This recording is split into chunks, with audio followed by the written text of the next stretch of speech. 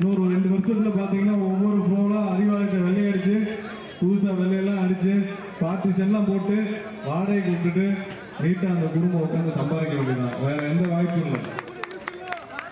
ஏன்னா அங்க வேற எந்த கட்சிக்காக வந்து கட்சி நிறுத்த போறதில்லை.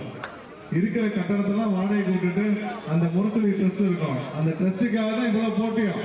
அந்த முரசொலி ட்ரஸ்ட்டை கைப்பற்றுறதுக்கு அதெல்லாம் எல்லா சொத்தும் இருக்கு. அந்த முரசொலி ட்ரஸ்ட்டை யாரு கைப்பற்றுறது? எந்த குடும்பம் கைப்பற்றுறதுன்னு அந்த குடும்பத்தை கைப்பற்றிட்டு இருக்கிற வாடகையெல்லாம் வாங்கிட்டு சந்தோஷமா இருக்கிறது தான் அவன் வேலையை. இன்னும் 2 வருஷத்துல அப்படிதான் இருக்கும். அறிவாலயத்துல வெள்ளை கடிச்சு வாடகை கொடுத்துட்டு வேற வேலையை பார்க்க போயிடுவாங்க. நம்மளுடைய முதல்வர் உங்களுடைய அண்ணன் விஜய் அவர்கள் வந்து முற்றிலுமா பிஎஸ்ஐ ஒழிச்சு கட்டிட்டாரு. இது இனிமேல் மக்களுக்கு தேவையான அரசு, மக்கள் அரசு, உங்களுடைய அரசு உங்களுக்கான வேலையை செய்யும். ஒவ்வொரு வருஷமும் உங்களுக்கு என்ன தேவை எல்லாம் கிடைக்கும். சோழவந்தான் தொகுதி சிறப்பாக எல்லா மக்களுக்கு கிடைக்கப்பட்டு இருக்க வேண்டும். அதற்காக என்ன செய்ய வேண்டுமோ உங்க எம்எல்ஏ வந்து தினமும் அதான் பண்ணிட்டு இருக்காரு.